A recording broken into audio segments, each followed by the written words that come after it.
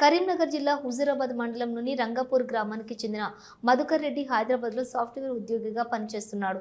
ఇదే మండలానికి చెందినటువంటి ఓ యువతితో మధుకర్ వివాహం ఈరోజు 16 జరగాల్సి ఉండగా అన్ని ఏర్పాట్లు పూర్తయ్యాయి. కానీ పెళ్లి జరిగే ముందు రోజు మధుకర్ మరో యువతిని పెళ్లి చేసుకున్నాడు. ఈ సమాచారం మధుకర్ తల్లిదండ్రులు బాధిత కుటుంబానికి తెలియజేయగా షాక్ గురై వారు వెంటనే పోలీస్ స్టేషన్కు వెళ్లి ఫిర్యాదు చేశారు. పెళ్లి ఏర్పాట్లలో భాగంగా వరుడు వదిన పక్షం నుంచి 20 గుంటల భూమి, 10 లక్షల రూపాయల విలువైనటువంటి బంగారం, 6 లక్షల నగదు కట్నంగా తీసుకున్నట్లుగా బాధితులు తెలిపారు.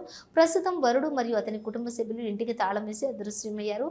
బాధితులు బాధ్యత వహించి న్యాయం చేయాలని పోలీసులు కోరుతున్నారు.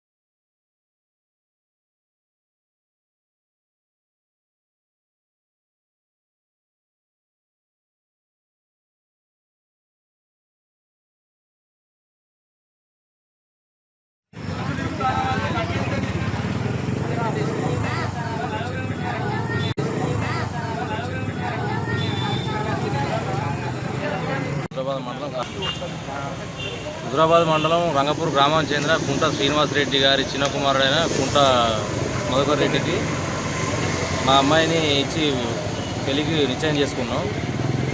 40 లక్షల రూపాయల విలువ గల 20 గుంటల భూమి, 10 తులాల బంగారం, పెట్టుబడులు కాకనే ఇవన్నీ మాట్లాడుకున్నాం. 6 లక్షల రూపాయలు, అక్షరాలు 6 లక్షల రూపాయలు వాళ్ళకు నగదు రూపంగా ఇవ్వడం కూడా జరిగింది.